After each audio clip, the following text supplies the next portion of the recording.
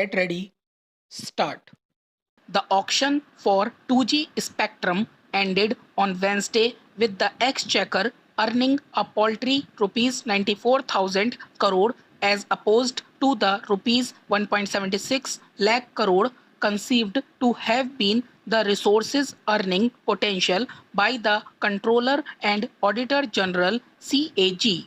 The lukewarm response is an eye opener why those in the business of auditing should not take upon themselves the onus of policy formulation. But this lesson comes at huge cost, which the Indian economy and telecom sector in particular will have to pay. Recently, telecom operators have been indicating that call rates will increase by 20-30% post the 2G auction, given the higher price they will have to shell out for the auctioned spectrum. Consequently, this move will have an impact on mobile phone usage, especially amongst lower end users, and this in turn will affect the rate of penetration.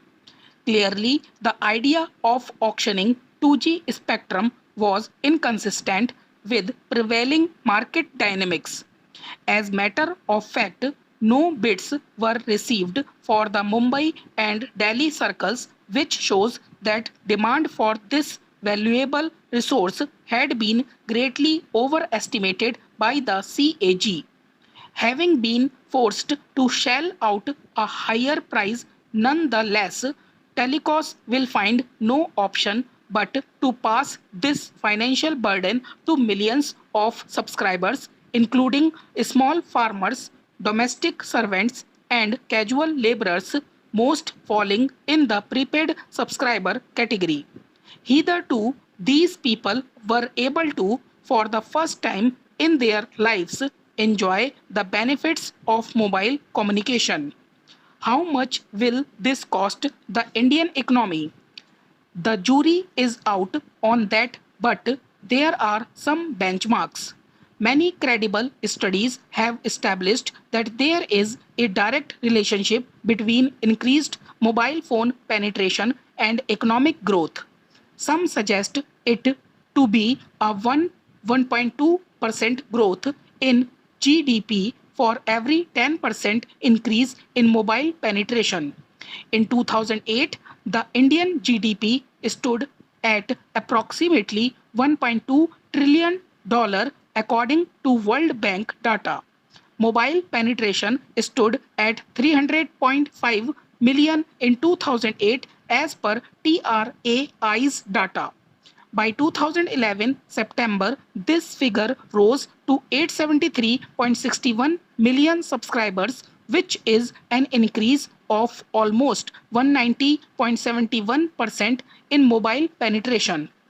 This would translate into 19% growth in GDP over the 2008 base figure of $1.2 trillion.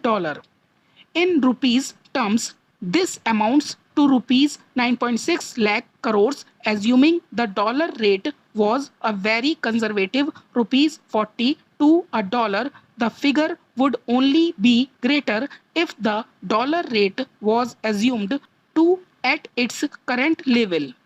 Now, after subtracting the CAG's presumptive loss figure of rupees 1.76 lakh crore, you would find that the first come first service FCFS policy for allocation of 2G spectrum actually earned India a profit of rupees 7.84 lakh crore.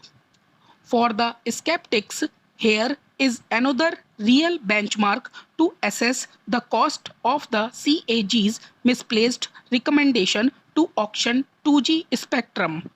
Prior to the entry of new players into the Indian telecom scene after the allocation of 2G spectrum in 2008, three players enjoyed a dominant position in the market and consumers had little choice but to pay high tariffs.